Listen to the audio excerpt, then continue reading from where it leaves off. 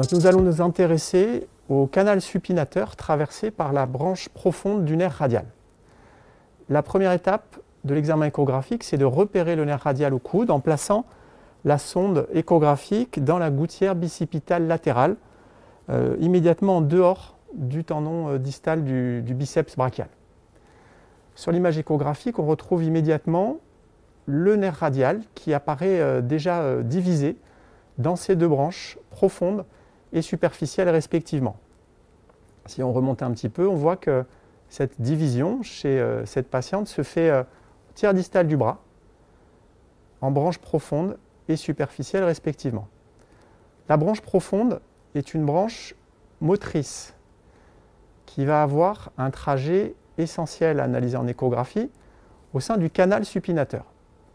Le canal supinateur se définit par les deux chefs musculaires du muscle supinateur, un chef superficiel que l'on retrouve ici en pointe de flèche, qui est un chef huméral, un chef profond qui est le chef ulnaire.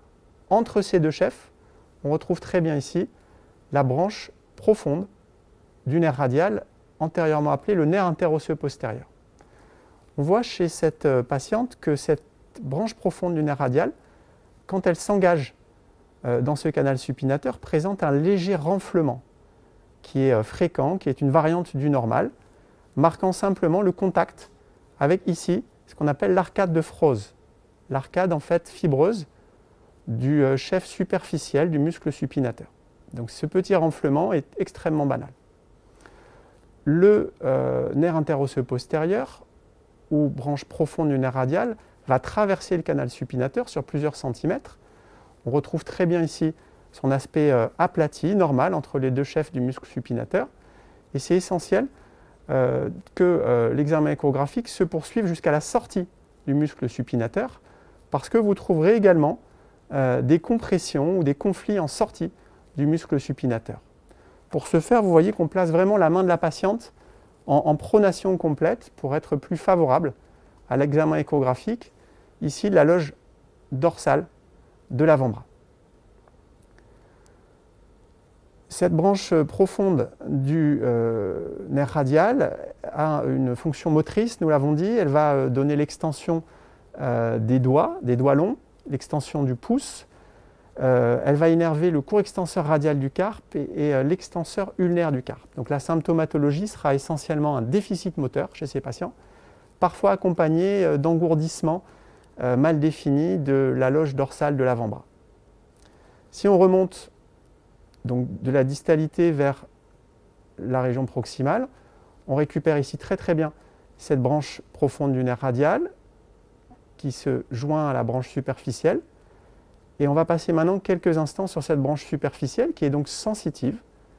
Vous voyez qu'elle est tout aussi facile à suivre en échographie que la branche profonde.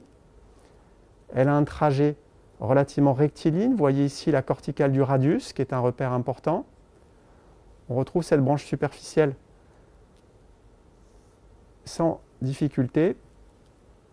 Et puis la région qui va être importante pour nous en échographie à aller analyser, ça va être l'émergence de cette branche superficielle au niveau du fascia antébrachial. Donc il va pour ce faire falloir placer la sonde au niveau du tiers distal de l'avant-bras. On va rajouter un petit peu de gel. C'est vraiment une deuxième région anatomique que l'on va devoir explorer. On retrouve la corticale radiale, la branche superficielle du nerf radial étant ici, et on va voir que cette branche va venir sous-cutanée. Pour ce faire, elle va traverser le fascia antébrachial. Cette région est extrêmement importante à explorer. On voit que le nerf ici redevient profond, sous-facial, et on peut avoir des syndromes qu'on appelle syndrome de Wartenberg, qui sont des compressions de cette branche superficielle dans sa traversée du fascia antébrachial. Si on remonte, on retrouve cette branche superficielle jusqu'au coude. Elle va se réunir dans la gouttière bicipitale latérale avec son homologue profond pour former le nerf radial. Au cours de cette séquence, nous avons démontré que l'échographie peut permettre l'analyse des deux branches du nerf radial, la branche profonde dans sa traversée du canal supinateur et la branche superficielle sous le fascia, puis dans sa traversée du fascia antébrachial au tiers distal de l'avant-bras. Les deux sites de compression les plus fréquents sont pour la branche profonde, l'arcade de Froese, correspondant à l'arcade du chef superficiel du muscle supinateur. Et pour la branche superficielle, c'est tout simplement la traversée du fascia antébrachial, qui peut être l'objet d'une souffrance de la branche superficielle du nerf radial dans le cadre du syndrome de Wartenberg.